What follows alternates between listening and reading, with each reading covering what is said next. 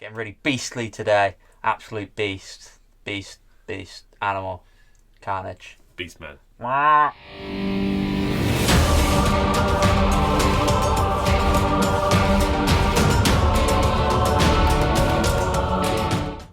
Well, before we get anywhere, I just want to say huge thank you again to Games Workshop. As ever, amazing team over at the community centre who are just sending us goodie after goodie at the moment, which is brilliant. We've got Beastmen. We've only had this 3 hours, something like that. 3 hours, maybe less. Yeah. And due to nothing to do with Games Workshop, but due to a delivery issue, we've not got a lot of time to get this filmed before it goes out to you wonderful people. So Liam's had a look through it. You're resident Beastman expert. You're certainly into your Beastman, aren't you? I like everything chaos. We're going to work through it together. We're going to pull out some of the bits that you've been telling me as you flip through this book. You've been going, this is great, this is just good. Craziness. That's the kind of thing we're going to be looking at. So stay tuned for more goodness. Chaosy goodness. Chaosy, beasty chaosy goodness. Bull. Chaos bull. Wargamer Online, Phil and Liam. Right, well, we're going to get into this book together. We're going to work through this. You've been looking at the rules. I've been looking at a bit of the background. And I think we're going to spend a lot of time on the background. Games Workshop have covered the background quite extensively on the channel. Yeah. I think our focus really for the next 20 minutes or so is to just check out some of the units. And then, more importantly, we're going to take it away and film a battle report. You are going to be fielding these wonderful things behind us. Funnily enough. And we'll be seeing these on the table soon. I believe you're going to be playing Jack as well, so not quite sure what that means. That means either Beast Claw Raiders, could be Beast Claw Raiders, or it could be his Nurgle. I'm not quite sure, so I'm guessing Beast Claw Raiders because he's really into them at the moment. So maybe look out for that. That won't be live when this video goes live. Definitely not, because this is going live on the Saturday, and we're only getting together on the Sunday to film it. But shortly afterwards, you'll be seeing that back wrap. Right, let's get into this book. So, yep, as ever, wonderful hardback cover.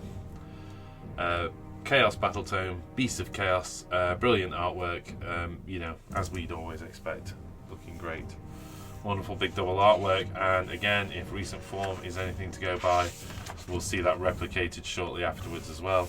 Quick look at the contents of the book and how it breaks down. We've got, approximately 100 and something pages. Pitch battle profiles at 104 onwards, so that's quite a lot of pages, is it? Yeah, so we're looking at just over 100 pages, of which you've got the Primeval Origins, which talks about Beastmen and their origins, surprisingly. Yeah, funnily enough. Of how they became what they are in the mortal realms nowadays. Yeah, and what I like is these things have been around long before Sigmar even showed up. This is I quite like that idea that it's like these were floating always around part of the mortal realms. Yeah, and they just happened to be there. Well, they were on the mortal realms. He descended down, put a bunch of order in place, met tribes like elves and Dwarden and stuff like that, and they built towns and cities and stuff. And all the while, the Beastmen are kind of in the woods going, oh yeah, it's good scratching the beard. That the Beastmen are in the woods going, what's all this about? Yeah, so, time for them to take some land back, I dare say. We've got things like the Gathering of the Great Phrase, which talks about how these are herd together and they just... There's an orky kind of element to this fluff, isn't there? Which is... Well, they're both very animalistic, sort of headstrong, because one comes from the realm of beasts, and beastmen are just everywhere, just doing their own thing. They're basically beastly manifestations of their armies. It's raw chaos. There's no particular allegiance, although they will align themselves, but their very nature is chaos. I think that's what I really like about this. So the gods sit there as a layer in chaos, but chaos doesn't exist because of the gods. The gods exist within the realm of chaos. These are beasts of chaos that don't particularly serve any master other than live their lives in an incredibly sort of chaotic way and an anarchy way, if you like which an indirect fuel for the chaos gods, as it were. Back to the book, we've got things like legendary desecrators, so it kind of goes through the all hurled, dark walkers, grey spawns. So what we're looking at is the different sort of herds there, aren't we? The great phrase, where it's kind of going through the different styles, but things like dragon ogres, creatures of chaos, all the different ways that this beastiness manifests.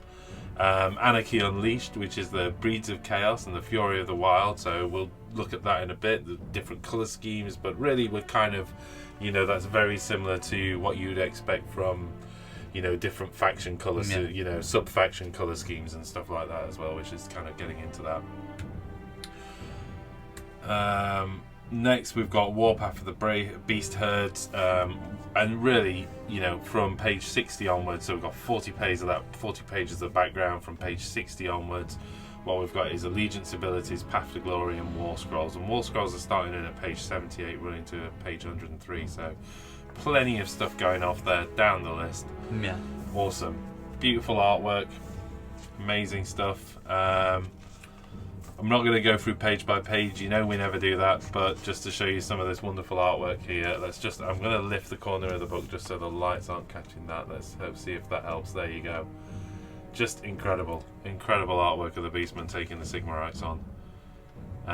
Yeah, absolutely love it. We really get a sense for these guys. And what I really like about this is Beastmen are featured quite heavily in some of the lore. I listen to a lot of the audiobooks, and it's really nice now, after kind of encountering so many stories in the lore where Beastmen are a big part of it. Now we can see them on the battlefield, and from all intents and purposes, what you're telling me, what we've seen on Warhammer Community, they're going to be on the battlefield. This isn't a faction that's going to be forgotten. Yeah, they're just going to be ingrained into your mind with the amount of madness that they've given this faction. Incredible units, incredible abilities, incredible synergies, and some really good fun rules. We were kind of flipping through. One of my favourite is I can't remember which unit is. One of the units can get drunk. Centaurs. Centaurs is it, and if they get drunk, you are +1 to hit. But even better, your opponent's +1 to hit because you're smashed. Yeah, it's just a bar fight in the middle of the battlefield. I just love it. I love it. Okay, right. Let's have a look at some of the other sections. So we're going to take a look at one of the sections in the fluff side of things. This is a legendary Desecrators. Really, I've pulled this up for two things. One, there's a lot of content in here for a faction that has lacked background. The Dark Walkers, the Grave Spawn. You're getting loads of brilliant information, all coming from different realms, all being subject to those realms. And reflecting those realms, the twist phrase, which are heavily, corrupted by Zeech, and so you get an idea of the rots and the skull phrase, which enable you thematically to work with your army. I think to kind of create.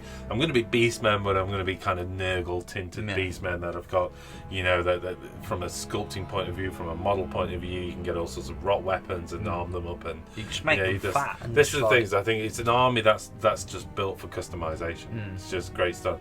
I mean, the only downside of that is you can go horde with this army. Yeah, so. You can get tons of models in a very limited amount. Like, say 1,000 points, you probably have tops 80 models. And I think it's something Sam found. If we've got the Sam's Beastmen army playing behind us here, which you're going to be playing the battle report with.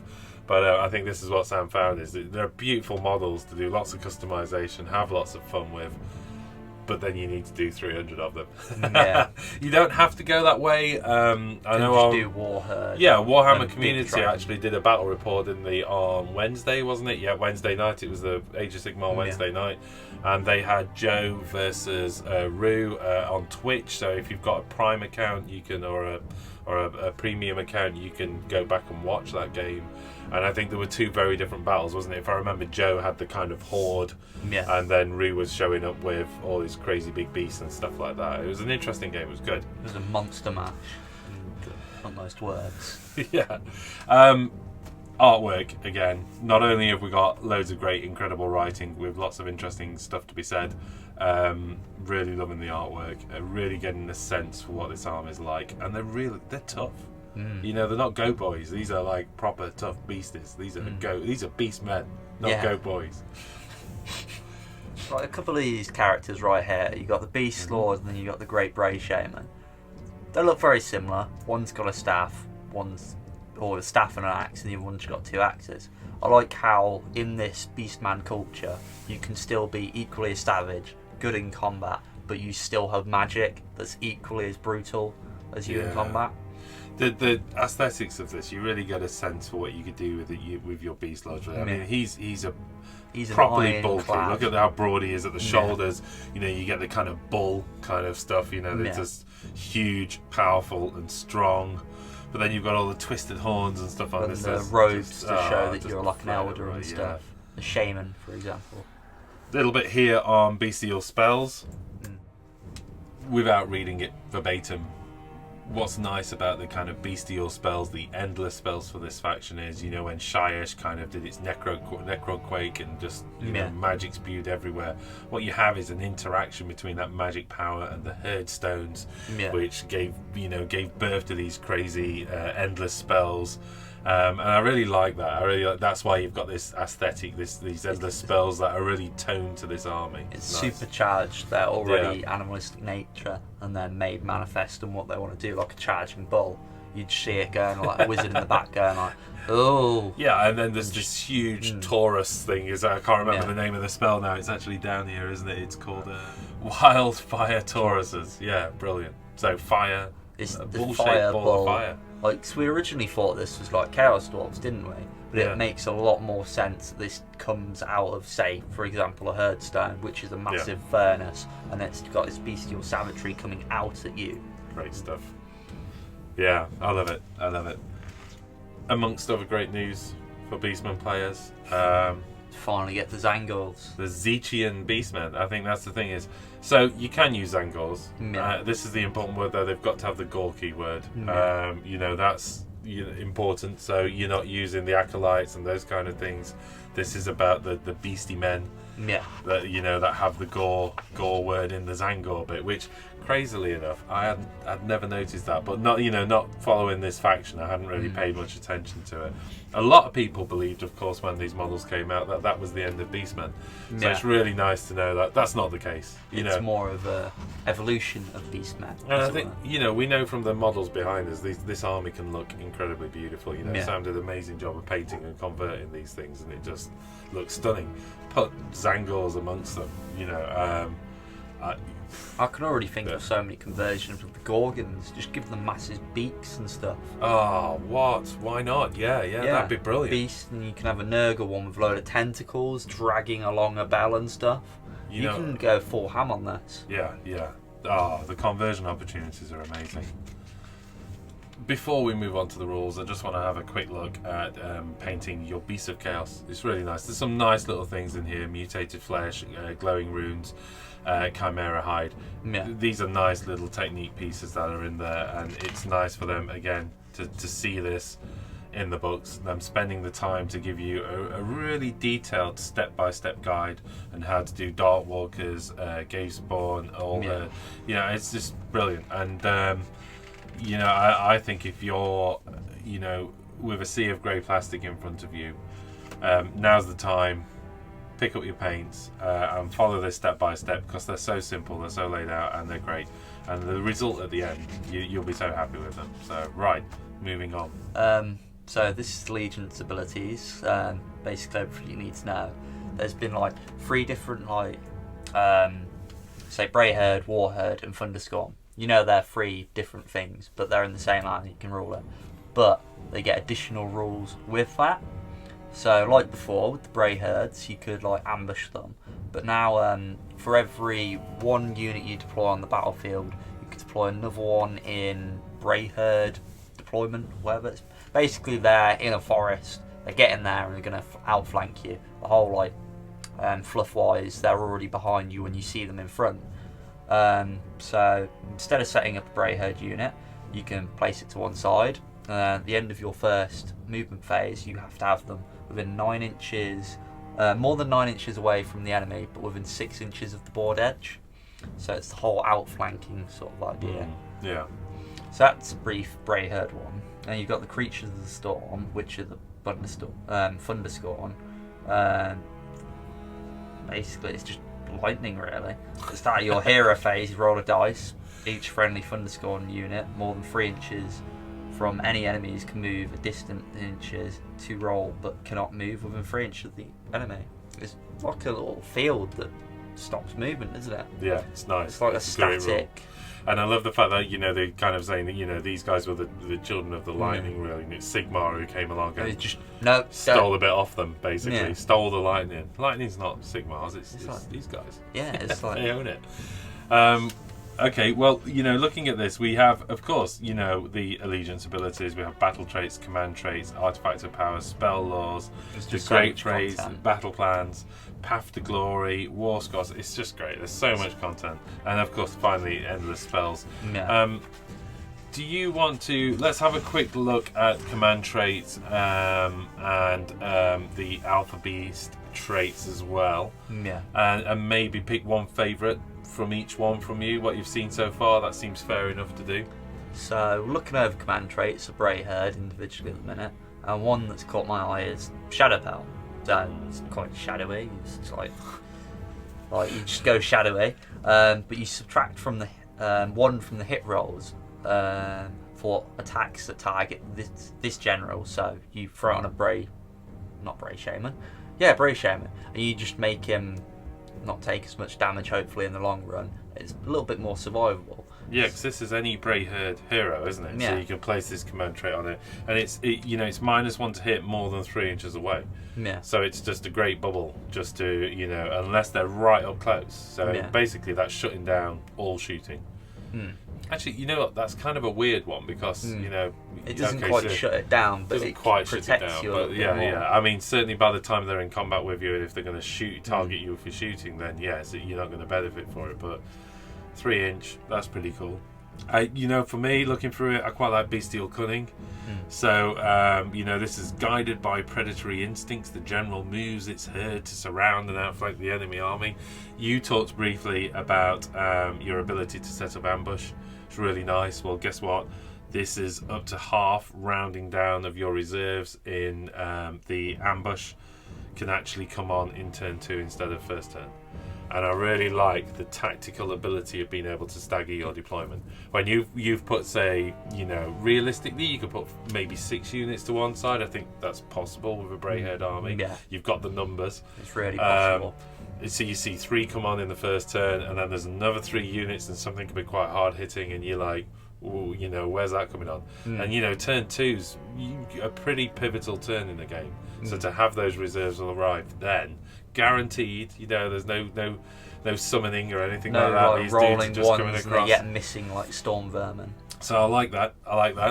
We've got some Alpha Beast traits, and we've got them for Warherd and the Thunderscorn. So this is for a Warherd hero and a Thunderscorn hero. It's quite interesting how they've given all because Warherd and Thunderscorn are quite small, aren't they, in comparison to the Bray Herd? But it's really nice how they've been given their own traits. It's like Doom Balls, like you would expect it to be quite a generic, boring model that's generally quite hard hitting, but you can give it a lot more character by just giving it like rules that you choose. Any particular one caught your eye? So one that Alpha Beast trait for the Warherd that caught my eye was Rampant Juggernaut. So it's just like it's in the name. It's just running into them like a berserker. But you can re-roll charge rolls made for friendly Warherd units wholly within 12 inches of your general. Like Warherd are generally quite slow in comparison to Bray Herd. Yeah. So to have that re-roll to potentially get into combat where they can, I know this from Fire Slayers. Having the musician in there, which gives me, I can re-roll 1 dice on the charge roll. It's so useful. Makes so much useful. So many games I've made that charge because of that re-roll. When you really need that roll, it's especially combat armies. Yeah, it's just so like the only shooting you have in Beastmen is like the bows and then a few breath attacks. It's like, whoa, Zangor Skyfighters. Oh yeah, but they're still bows, aren't they? Well, I know, but it's like 2-3 units. They're incredible bows, mate. Yeah. So for me, looking at the Thunderstorm Alpha Beast traits, we've got this magnetic monstrosity. Love it. So this is riving rivulets of lightning bind this beast's enemies to him. So get this, enemy units cannot retreat while they're within 3 inches of this. It's general, obviously, because it's aimed at a trait. But I love that. No retreat. You pile that in. You can lock a unit down. Keep it sat there. I've seen quite a few units that can retreat and charge back into combat, and when they get charged off, they get a lot more powerful. But if you charge your general in, you shut down that unit. On top of that, if you charge him into a unit that's got no shooting, then you're safe from shooting because you're completely surrounded by a unit that's locked against you as you just munch through them all. So no retreating, so you can then be targeted. It's not going to happen. You're locked down. Great stuff. So moving on to the volcanic, not the volcanic axe. That's what we're going to be talking about. I mean, I'm so to the point. This thing is just ridiculous if you look at certain heroes. Well, I said at the intro. We'd only had this for a short amount of time. Yeah. But you've been completely locked into this. You're just like, there's so much going off in this book. It's just craziness. So we have artifacts of power. This is spoils of the Brayherd. Like any artifact, this is for Brayherd heroes only. You've spotted something called the Volcanic Axe. What's it about? So, Volcanic Axe, you pick one of your bearer's melee weapons, add one to the weapon's damage. So most things in Brayherd, general wise, have only got the 1 damage. So you're doing 2 damage with that. That's good. In addition, each time you make an unmodified hit of 6, an attack made by this weapon, target suffers a mortal wound after the damage. The bearer's attacks have been resolved. So that's a nice little bit of extra damage. Yeah. But I learned, into one of the units later into this, with the War Scrolls, with the current Beast Lord. So what makes that interesting to me is when you apply this to a Beast Lord, which I've been thinking about, because he's only got, it says it replaces the 1 weapon. Yeah, so you the pick 1 weapon. Man Ripper axes are 1 weapon, even though they're 2 axes, they're the same weapon. So this is 6 attacks, 3s to hits, 3s to wound, -1 red, now becoming 2 damage. And then 6 is and 6 is a mortal wound. You're rolling 6 dice you're rolling 6 die. On average, you should at least get 1 6. So you're dealing out a mortal wound anyway. If you roll well, that's cool. So yeah, it sounds okay. What are you getting all giddy about, Liam? It's the fact that you can re-roll to hit rolls of 1. You can re-roll failed wound rolls against attacks made by a target hero, and then his own little command trait here. Beast Lord with this command ability result in an enemy model being slain that phase. If you do so until the end of your phase, you can re-roll wound rolls for attacks made by friendly Brayherd units wholly within 18 inches of the Beast Lord. It's just... Okay, so we've got 6 attacks. We're hitting on 3s. We're going to get away with 4 of those, but you're re-rolling 1, so potentially you're bringing that 5th hit back in. Yeah. You are wounding on 3s, so say we've got 5 if we've had a decent roll. Yeah. We've got 5 hits. One of them, possibly 2, has already dished out mortal wounds. Yeah. We've got 5 going through. We're going to wound with another 3, but then we're going to re-roll again. So we're getting probably out of those 5, maybe 4 wounds, doing 2 damage each. You're looking at 8 damage and possibly a couple of mortal wounds at the end, and 8 damage with a -1 rend. Is that right? Yeah. And this, keeping in mind, is a 90 points worth of model that's instantly got its worth back. 90 points. Characters on this level, you can easily get into 240 points, can't you? Nice. It's just nice. Instant worth. Okay, let's get back to the artifacts. For me, Liam, it's the Ranhorn helm. So not only have you got a head full of horns anyway, you've just got a helmet sticking a helm on with more horns. What does that mean? That means when you charge in, if you complete a charge move, you pick an enemy unit within 1 inch. Okay, the dudes you've slammed into, D3 mortal wounds. It's just straight up. You don't have to roll like 4 up or anything like. No, just D3 mortal wounds. Like, just charge in there. Headbutt you. Yeah, just headbutt some dudes out of the way, or the leg off of a troll. Whatever, doesn't matter. Get stuck in, quite literally. Right. Moving on to the spoils of the Warherd's artifacts. One that I quite like the look of, which, you get quite a few Bray Shaman to unbind stuff, but it's nice to have an actual item that allows you to unbind those extra spells that your Bray Shamans can't. Switching off magic is an important aspect of the game. It's great when you can do it, and sometimes it just saves you at the right time, doesn't it? There's so many armies that have so much magic going on that you physically can't dispel them. Like on average, you've got a wizard doing like 2 spells, but you can only dispel 1. When you've got an abundance of people casting spells, you've only got like a couple of wizards. Like say Bray Shamans. You need those extra things to like shut it down. It's really nice that we've got an actual item that does this, and I know a few units in the Beastman Codex, not Codex, Battletome. Don't say Codex on an Age of Sigmar. It's blasphemy. Just blasphemy. Just don't. We'll edit that bit out. No, we won't. Okay. What have we got then? What is this thing that's just done? You can attempt to unbind 1 spell as if you're a wizard. So if like this is for war herds and stuff. So okay, so it's giving you an unbind. It's not an auto shutdown. What's it called? The Glyph Etched Talisman. So it's basically like a little piece of rock. They thought, I'm going to draw it. Yeah, just a useful rock. Yeah. And I like to think that it's not used to stop the magic directly. They just simply throw it at the wizard and distract it. But I don't think that's what it is. It actually is a talisman that holds chaotic mage power. So there you go, magic power. So yeah, all right, yeah, you do that. I'll let you have that one. But I will take your Glyph Etched Talisman and raise you a ruinous icon. So this is an artifact, is an anathema to sorcery, warding the bearer from spells. So each time the bearer is affected by a spell or endless spell, roll the dice, 4+, ignore the effects of that spell. It's really nice how each of the war herds, Thunderscorn and Bray herds, have got their own form of shutting off spells. Obviously Thunderscorn's probably the best for it because it's an instant shutdown. But they're more of a a magical sort of thing, aren't they? It's a 4-up, so it's 50-50 at the end of the day, you know. So there's no guaranteed shutting down of magic. It still can go off, but it's nice. It's a 4-up. One of the spells caught me by surprise. It's been in quite a few of the community posts now, I'll probably say.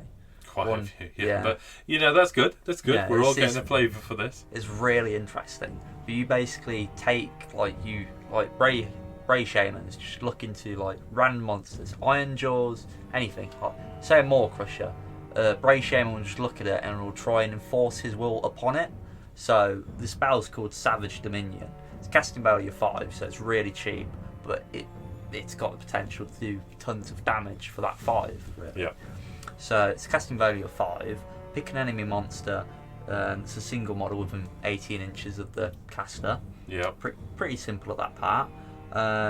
If it goes off, then you have to roll 2d6. If it's higher than that model's leadership. Now I know most monsters' leaderships are quite low in considering, but they're monsters, so it doesn't really matter half the time. So you probably have 1 at 6. If you get above that, you basically take control of it at that point. Okay. So once that's happened, you move 3 inches towards the closest enemy unit with that model as if it was your own, and then you pick a unit within 1 inches. It can be say if it's an individual character, for example. Good point. It could be a good character. So if this is early in the game, where you're back-to-back deployment, you've filled your deployment zone out, and you've got monsters amongst your units or stood next to a hero. You would outflank. Just pick it up, push the monster towards the hero, and just nuke it as quick as you can. So what happens to it? It's you, however many wounds the characteristic is. So on average, most monsters have 10 wounds. Yeah. So on you roll 10 dice on a 4-up, that unit suffers mortal wound, straight up. That's incredible. I mean, that's like you said, average 10 wounds. That's 5 mortal wounds being dished out. 5 mortal wounds to a character who's just stood within. Well, you've got to be within 4 inches. So pick your target well, because you can move 3 inches, and it's got to move 3 inches towards the closest model. Yeah. So no cheating here. You know, that's the thing. But the point is, any time you've got some kind of ability that's making your opponent think twice about where they deploy and how they move. That's going to happen. You're going to forget that at some point, and then you're going to go, "Oh, you see that dude? I've just taken over him and attacked your character." The interesting fact is with some of the outflanking stuff, if they're worrying more about this opposed to your outflanking stuff, it opens a lot more opportunities up for taking advantage of your enemy, for example.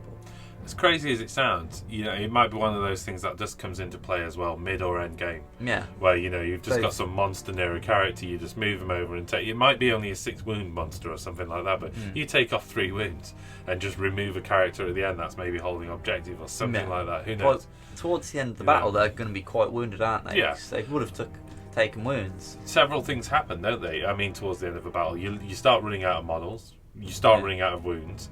And generally things cluster together as well. You've had combats going off, so the armies have started to condense into pools around the table. So you're right. It gets a lot more climactic. That's a real hidden gem sat in there, isn't it? That's nice. It's just such a nice thing to have, as opposed to just monsters. You can exploit the enemy's monsters, even though they're monsters. Love it. What we've also got is, as I mentioned in the start, there are all herds, Darkwalkers, these factions within factions, and they all have they've given them abilities, command traits, artifacts of power, command abilities specific to that faction, which is nice. We're going to take a quick look at Gatespawn. This one caught our eye, partly because it's got such beautiful artwork sat next to it as well, which looks amazing. You've got this sort of shy-ish sort of thing going off here with it's just more chaosy Beastmen than normal. Great stuff, isn't it? But you've spotted this beautiful thing, the gift of Morga. So I really like this, and I'm stealing it from you. Is that all right? Yeah, it's fine. I'm stealing it from you. So if a hero is slain, roll the dice before removing the model. On a 2+, 1 chaos spawn is added to your army. Set the spawn up anywhere on the battlefield within 6 inches of where the slain hero is. It just adds a chaos spawn. Like, your model, when it's dead, it's useless. But with this, it's an extra added fact that it's a 2-up. Have another model that's generally really quick. Chaos spawn are really quick. Relatively high wounds in comparison to other things. It's basically like a Minotaur. Or Bulgur, for example. It's basically having a fast one running about with random stuff. And for every hero. So, it's not just your general. Yeah. It's every hero. And you can get a few heroes in this army, as we've seen, so, like, Beast Lord, yes, it's quite good, but a generic one that hasn't got the abilities of other beasts, like some of the souped-up Beast Lords, to have him turn into a Chaos Spawn is ridiculous, because the Chaos Spawn is generally more powerful than a Beast Lord most of these times. It's just... makes a lot of wear. And the idea of this, of course, is it's tying into the fluff. Gatespawn just really like this sort of spawning mutation. The spawndom is not a curse, it's a blessing. So they're open and willing to just spawn into weird nonsense. Even upon death, it would appear they just return spawned as something crazy. Moving on, as we've seen with a lot of the Battletomes, you're getting some nice battle plans in there. Really like the idea. This is Blood Swamp. Looks like a great bunch of fun. You've got Miss, you get lost in the swamp. There's all sorts of crazy stuff going off. So very thematic. Love the photography they've done here surrounding the Herdstone. Absolutely wonderful. But again, it's good. It gives you something new to play, new mission to try out. You're going to just have fun with your models. Yeah. Okay, Liam. Now on to the War Scrolls. Yeah. We've been here before with my generally quite excitable Beast Lord sort of setup, but now we're looking at the Great Grey Shaman. It's must-have in most Beastmen armies. Yeah. They used to be quite good, like summoning of monsters before, but it was quite useful and useless in match play, wasn't it? But now they've made Great Grey Shaman a lot more useful. So just looking at it, it's not too good. It's your typical hero, 6 inch, 5 wounds, bravery 6, 6-up save, with a staff that's got range 2, 1 attack, 4s, 3s, -1 rend and D3. So it's your typical like lonely wizard. Yeah. The thing that makes it really good is its abilities and its spell that it comes with. So at the start of your movement phase, the move characteristic of models and friendly grey herd units wholly within 12 inches of the friendly Great Shaman. It's just, you add 3 inch to the move characteristic of them. It's like... Okay, how fast? So you've got a really fast army within this dude. You have him in the centre of your army, and you have all of these people, well, not people, they're goats, but Yeah. So this is Brayherd. He's Brayherd himself. He's got a 6-inch move. He's moving 9 inches. He's rocketing around the table, and anybody even remotely close to him is flying around the table with him. Why do you need Skyfires? Well, it's just crazy. And like most of the units that you can have doing this, in Brayherd can run and charge with their Brayhorn. So you know how the Zangors can run and charge with their little horn? Yeah. They've incorporated it into the Beastmen. Ouch. So you've got, like, for example, Bestigors. They're running really quick up the battlefield. I'm pretty sure, like, you can stack this. Oh no, it's Great Shaman's plural. So I'm assuming it's like the one. Yeah. So you can't stack it. But I you mean, can it's rare have. you can stack stuff nowadays. Yeah. But yeah, that would be nuts. That would be crazy. I love how you were going there. I think Yeah. you can stack this. No, you can't. Yeah, Devolve. This is an interesting one. So this is a casting value of 7 if successfully cast. Pick an enemy unit within 18 inch of the caster that is visible to them and not within 3 inch of any friendly unit. So in other words, no combat. Your opponent must move that unit up to 2d6 inches so that each model in the unit ends its move as close as possible to a model from the friendly unit that was closest to it at the start of the move. How does that work? It's basically, you've got the wizard, and then like you're within, say for example, 18 inches of an enemy character. Yeah. We'll just do a simple thing. So it's very similar to how the Khorne stuff worked with the Blood Priest, where you bring them towards you. But this one's a lot more, what's the word? It's a lot more fun because you've got a whole outflanking army that can be like. So first turn you've got, say, a Gorgon next to their hero, and then your Bray Shaman's right next to it. So if that Gorgon's closer to that hero, you can pull that hero out of its comfort zone and just bludgeon it to death with a Gorgon. Like, it's already 9 inches away. Yeah, you're just making it run towards its own death. Yeah. You know, the devolve is great. I mean, what's actually happening from the shaman's perspective is it's getting into your mind and just releasing your animalistic side. So you're just running off like a wild animal, basically. You've just gone like a berserker. But you just happen to be a wild animal running towards something that's going to kill you. Yeah, you've essentially become a prey item. Nice. So this is going to be our last little wrap of the rules, but it's probably the most centre part of the Beasts of Chaos army book. It's the Gorgon. It's literally carnage, and it's basically the staple point of a Beastman army. Yeah. It's just. So, what's good about it? Has it changed much from what it was before? What it was before was pretty generic monster for 200 points. It's got a certain amount of attacks, and on a 5 up on the wounds characteristic, you can make another attack. Obviously, this couldn't happen more than once, but you potentially get 10 attacks doing 3 damage. But now that its blood greed's changed, on I believe it's a 6 up to wounds, you do D3 mortal wounds in addition to any normal damage. That's just straight up D3 mortal wounds. You just go straight through. There's no like worrying about their armor save or anything. It's just mortal wounds. This is, a 14 wound beastie, 5 up save, 7 bravery. It's got some kick to it. 14 wounds is, I don't know what it had before, but that's pretty tough. It's going to be around a while. It's the same wounds as the Bloodthirster now, which is really nice. Yeah. It's a beast. It's a nice centre point to the army. I like it. But the one rule that I think everybody else noticed in Warhammer community is the swallow whole. So we might have seen this. Like, it just. This is my red terror rule for Tyranids. What? Like, everything's getting it nowadays. So you can have Star Drakes, I think, was of course, one of the first it does things. happen with a Star Drake in Sigmar. But it's happened to me actually in the game. It's like a D3 sort of effect opposed to a D6. So on, say, a 6, it'll be a wound characteristic of 3 or less gets eaten whole. But with the Gorgon, it's just so monstrous and hungry. It's on a D6. So you can, like, as we said before, you get like a hero to run towards it. So heroes are definitely a risk. Before, like, if it's got 6 wounds less, before you even attack it with all your melee stuff, you roll a dice. If you get a 6 or a 5, which on average most heroes do at that point, you just swallow it whole. You don't even need to make any attacks. Is this profile or remaining? Is it So, you know, is there a limit to what it can eat? It can only eat below 6. So it's profile then. Yeah, it's the wound profile, which makes sense. You know, it's not going to pick up a fire drake or Archeon. Okay, but even so, 6 wounds. There's some pretty big dudes around with 6 wounds. He's just gonna scoff them down. Yeah, he's love it. It's amazing.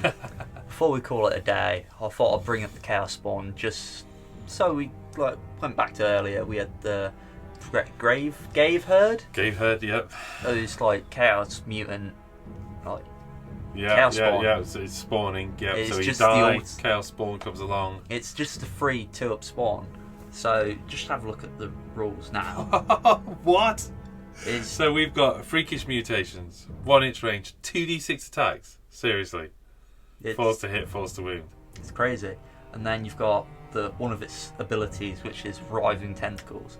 If you roll a double when determining the number of attacks made by the Chaos Spawn, add 1 to the hit and to wound rolls. So if you get say a double 6, you're hitting on 3s, wounding on 3s with 12 attacks. I'm not sure if the items and artifacts that you give your champion will go onto the Chaos Spawn, or if it creates a hole in I think it's just a model, isn't it? Otherwise that would be insane. It just says you place a Chaos Spawn, but these are real beasts of chaos. You know, they've got 2d6-inch move. You know, are they going 2-inch? Are they going 12? Who knows? Yeah, they're just random force of nature. When they get to me, are they going to do a load of damage, or are they just going to flap their arms around? I love it. It's just utter madness. It's Bravery 10 as well. You would expect something like this to be like Bravery 4 or something. Utter madness. But no, it's Bravery 10 as if it was like a demon. I mean, Chaos Spawn are sort of similar to demons, but they're more like a potato in comparison to a demon. An unkindled bludgeoning of warp energy, really. I don't know where you're going with this. It's just craziness. Like, for something that can be free, and you'll have quite a few heroes nowadays. And what was it on the 2-up? So you got 6 heroes, 5 of these beasties are coming along to play by the end of the game. If they're not light either to get rid of. They've got 5 wounds. Yes, they've got a 5-up save, but with those 5 wounds. The thing is, it just becomes tactically fun, doesn't it? Because what you do is you'll get some heroes and just throw them in there anyway, just to put a Chaos Spawn right amongst the enemy, just for a laugh. Yeah, that's great. Okay, so that gets us to the end of the book. Yeah. You know, we've not spent a huge amount of time on it, but in fairness, we've not had a huge amount of time to look at it. Like we say, the best way we can show this out in more detail is we'll get a bat rep together on Sunday, which will be the day after this video goes live.